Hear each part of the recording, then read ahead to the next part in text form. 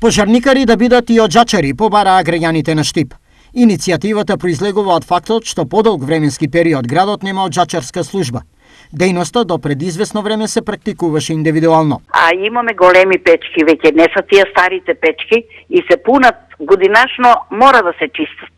Па за тоа би дала предлог градоначалник, ако може да размисли барем двојца оджачари да има пожарното. Иницијативата е мощно интересна, оценија општинските власти.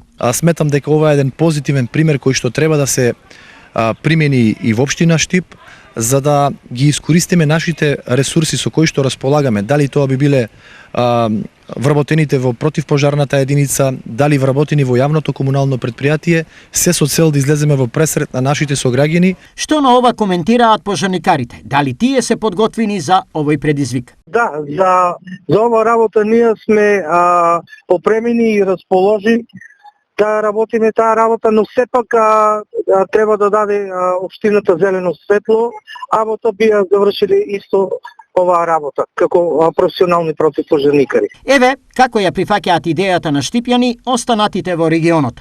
Пожарникарите во исто време да ја споделуваат улогата на оджачари. Идејата не е лоша, него овде зависат повеќе фактори меѓу кои општинските власти мора да дадат зелено светло, бидејќи тоа исто така како пожарникарството и ризична работа, што би носило и одредени трошкови, што би можело да биде и како да се издвои некоја како надокнада за да се врши таа функција. За разлика од останатите региони од земјата, источниот се издвојува со најголем процент на граѓани, дури над 90, дрвата и пелетите да ги употребуваат за огрев во зимскиот период.